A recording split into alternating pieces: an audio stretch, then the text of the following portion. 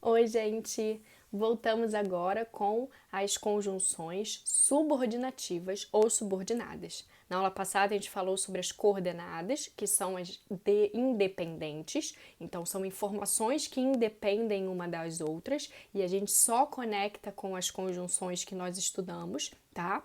E nós temos agora as subordinativas ou as subordinadas. São elas as ideias dependentes. Então eu tenho uma primeira parte, que ela pode ou não ser uma ideia completa, e a segunda parte ela é uma ideia dependente da primeira. A frase, a ideia verbal, ela não existe sozinha, certo? E a gente conecta aí com uma conjunção. A gente conecta essas duas frases dando uma ideia específica, de acordo com a conjunção que a gente escolhe, tá bom?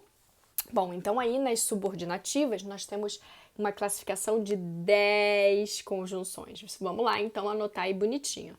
São elas causais, concessivas, condicionais, finais, temporais, consecutivas, comparativas, conformativas, proporcionais e integrantes, certo? Então fechamos aí as 10. Nós vamos conversar uma por uma agora, tá? Começando pela causal. Olha, a causal, ela tem a mesma função que a que a gente estudou na aula passada de uma explicativa, certo? Então, ela me indica o motivo, ela me indica a causa, certo? Então, anotem isso aí no caderno, né? Então, eu tenho uma frase, por exemplo, que a gente fala assim: como estudei muito, eu passei no vestibular, né? Então eu tenho aí, ou eu passei na prova, para ficar melhor, né? Então quando eu falo aí, eu passei na prova, eu tenho um resultado, e é um resultado que vem de uma outra ação, de uma ação que tem um como aí iniciando. Qual é a função desse como? Esse como tem a função de indicar o motivo, a causa de eu passar nessa prova, que foi estudar muito, certo? Eu coloco aí sempre esse como para a gente perceber que uma palavrinha pode ter funções diferentes. Então a gente já tem aí um como fazendo a função de uma causal, tá bom? Mas nem sempre, a gente vai ver outras aqui que também usamos o como. Show? Então, causal, tranquilo, indica motivo e a causa. A concessiva ela tem a mesma função da adversativa, né? Só que nós estamos falando agora de uma oração subordinada. Então eu coloco embora eu tenha estudado muito, não passei na prova. Então, eu não passei na prova, é a minha ideia principal, porque eu não tenho a conjunção. A conjunção é a palavrinha embora. E aí eu tenho uma frase dependente dela, uma ideia verbal dependente, que eu tenha estudado muito, embora eu tenha estudado muito. Essa é a segunda parte, certo? Então, essa segunda parte, vamos colocar numa frase, numa posição mais natural. Eu não passei na prova, embora tenha estudado muito. Quando eu coloco que eu não passei na prova, o que a gente pensa? Não estudou o suficiente, né? Mas não, o que a gente tem aí quando a gente fala de uma concessiva, de uma ideia adversativa, uma ideia de oposição? Quebra de expectativa. Então, se eu tenho a quebra de expectativa, essa ideia inicial ela não se confirma. Foi exatamente isso que a gente falou nessa frase. A ideia inicial é que a pessoa não estudou o suficiente, mas ele falou, embora eu tenha estudado muito, certo? Então, a gente tem uma quebra de expectativa e isso pode ser adversativa ou concessiva, tá? A diferença de uma e de outra, nesse momento, não vai importar agora, tá? Nesse momento, eu preciso que você entenda só que elas falam a mesma coisa e que você consiga identificar essa ideia, tá? Mas a diferença de coordenada e subordinada não é para esse momento, show? A gente já conversou um pouquinho superficialmente na aula passada, mas não é para esse momento, tranquilo? Vamos lá, condicional. Condicional é isso. Eu tenho uma ideia aí primeira, uma ideia principal, e essa ideia principal só vai acontecer se a outra também acontece.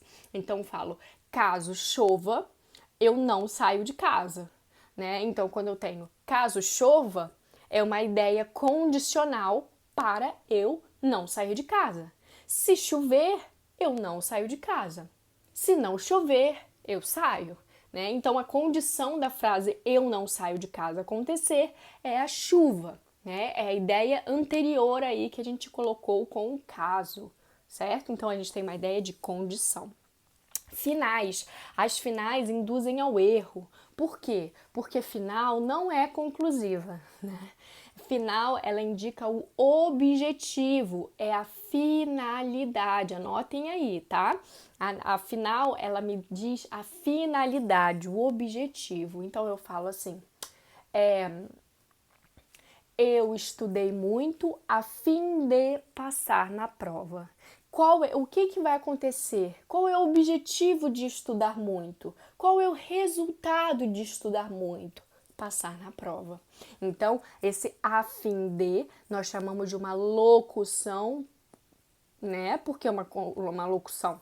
Porque nós temos mais de uma palavra, a fim de, tudo separado, né? Nós temos mais de uma palavra fazendo a função de uma só, tá? Mas ainda assim é uma conjunção, é uma locução conjuntiva, tá bom? Vamos lá. Continuando o temporal, eu tenho uma ação principal e essa ação vai acontecer num tempo. Esse tempo vai ser indicado por outra ação.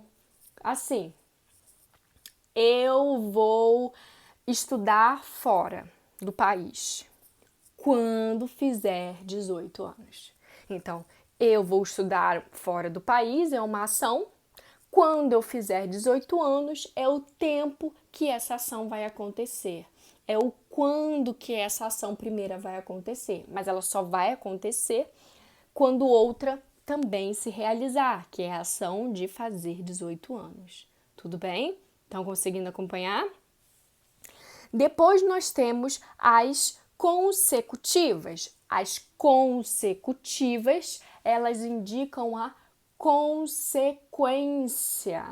Show? Então aí tá o conceito. Ela indica a consequência, um resultado. Então eu falo assim, eu estudei tanto que dormi nos cadernos. Então a pessoa estava estudando tanto por tantas horas que dormiu no caderno. Tudo bem? Então a consequência de eu estudar muito foi dormir no caderno, tá? Então a consecutiva me indica consequência. Comparativa. A comparativa é outra que nós usamos o como, né? Eu vou falar que ele anda como uma tartaruga corre. Eu quero dizer que é muito lento. Então, ele anda como uma tartaruga corre. Nós estamos comparando a ação de andar com a ação de correr da tartaruga. Esse como aí tem um valor comparativo, não causal, como tinha na primeira frase que a gente conversou, certo? Conformativa. Conformativa, eu tenho a origem daquele modo, né? Então, por exemplo, eu estou aqui fazendo uma receita, mas não é uma receita da minha cabeça. É uma receita que o modo de fazer me foi ensinado. Então, eu falo assim, eu estou cozinhando como a Ana Maria Braga ensinou na televisão. Então, eu tenho aí a origem do modo de cozinhar. Então, eu estou cozinhando é a minha frase principal, a minha ideia principal, certo? E a origem dessa ideia, essa origem dessa informação aí de cozinhar, o modo como isso foi me ensinado, foi a Ana Maria Braga que ensinou na televisão. Então, esse como, ele tem a função de dizer a origem do modo. Parece confuso, mas quando a gente coloca na frase faz sentido. É muito comum, eu coloquei o como aí porque, de novo, nós temos a palavra como fazendo uma outra função, tá? Então, nem sempre uma palavra vai servir para... Você não vai decorar as conjunções. O maior erro é quem quer decorar a conjunção. Não funciona, você precisa olhar dentro da frase, tá? Entender a sua função, o seu significado. Certo? Então, esse como daí, ele pode ser substituído por conforme. E aí fica mais fácil de você decorar, de você memorizar o nomezinho. Se eu tenho um conforme, quer dizer que é uma conformativa. Coloca na frase. Eu estou cozinhando conforme a Ana Maria Braga me ensinou na televisão. Certo? Então, ele me dá a origem do modo de fazer aquela coisa, de fazer aquela ação, tá?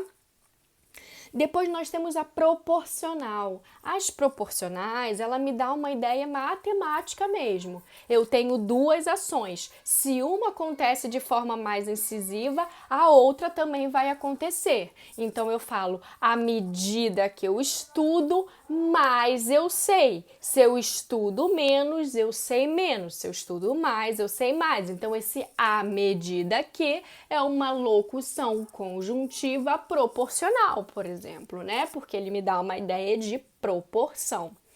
E a integrante, gente, a integrante não tem nenhuma função de significado. Ela tá aí para introduzir um estudo gramatical que vocês vão ver mais na frente, tá?